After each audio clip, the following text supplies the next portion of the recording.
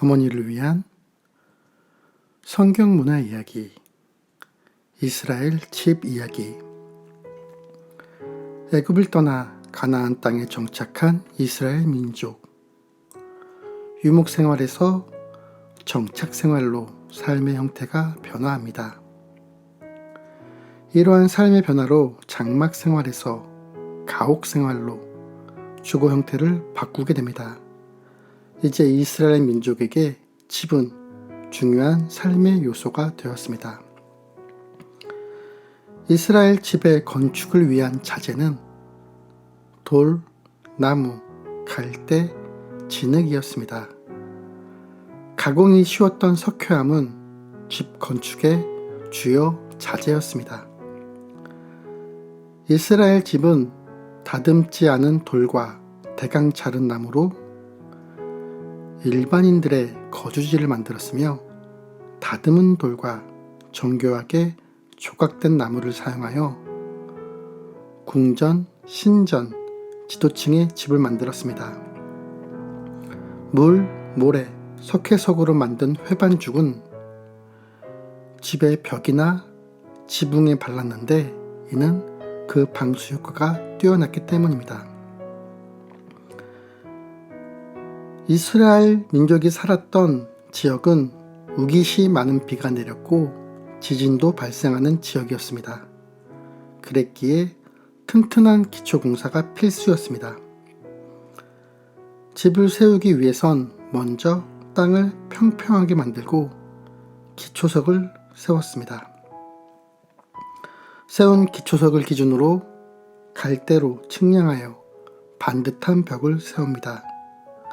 세운 벽과 벽은 기역자 모양의 모퉁이 돌로 연결하여 집이 무너지지 않게 하였습니다. 이스라엘 집의 구조는 기둥 4개를 세운 직사각형 4개의 방을 만들고 그 위에 하나의 층을 더하여 만든 2층 구조를 가지고 있습니다. 1층은 가축을 키우는 공간과 불을 피우는 음식을 만드는 공간이 있었고 창고가 있었습니다. 2층은 잠자리가 있었고 손님을 모시는 공간으로 주된 삶의 생활이 이루어지는 공간이었습니다.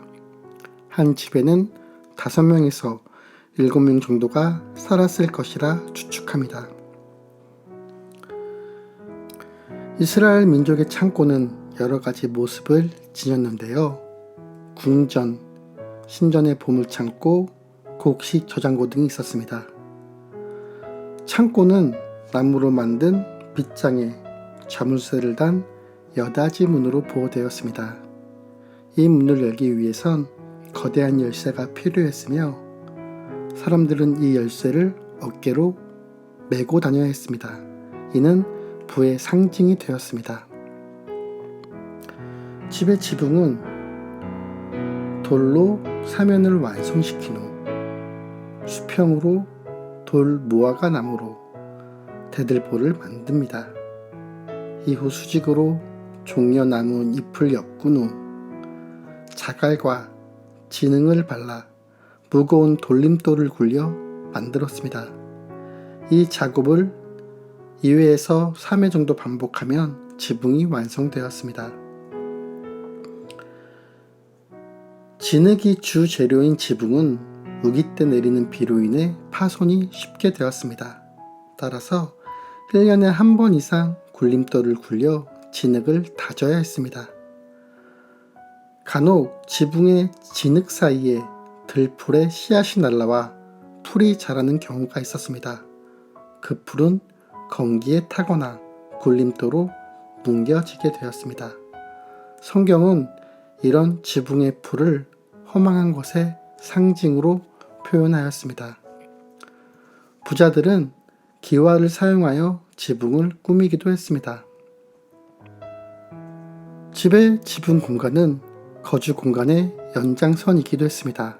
그것은 1층에서 키우는 가축들로 인해 냄새와 소음이 심하였기 때문입니다.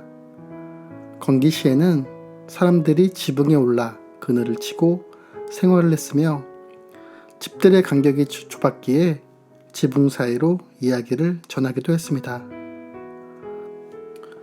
사람들은 지붕에 작은 방을 만들어 기도실로 사용하기도 했으며 사도 바울은 지붕에서 말씀 선포 사역을 진행하였습니다. 사람들이 많은 활동을 하는 지붕에는 낙상 사고를 피하기 위해 난간을 만들어야만 했습니다. 이스라엘 집의 1층에는 창문이 없었습니다. 창문은 2층 높은 곳에 설치하여 채광과 환기가 가능하게 만들었습니다. 창문은 한 사람이 비집고 들어갈 정도로 크지 않았습니다. 이는 여름의 더위와 겨울의 한기를 막기 위해서였습니다. 호세아서 13장 3절에선 굴뚝에서 나오는 연기라는 표현이 등장하는데 이스라엘 집에는 별도의 굴뚝이 없었으며 창문으로 집에서 사용하는 불의 연기를 배출하였습니다. 어머니를 위한 성경 이야기는 어머니들이 성경을 읽으실 때 도움이 되었으면 하는 마음에서 만들어집니다. 더 깊은 공부를 원하시는 분들을 위해 참고 자료를 올려드립니다. 도움이 되었으면 좋겠습니다. 감사합니다.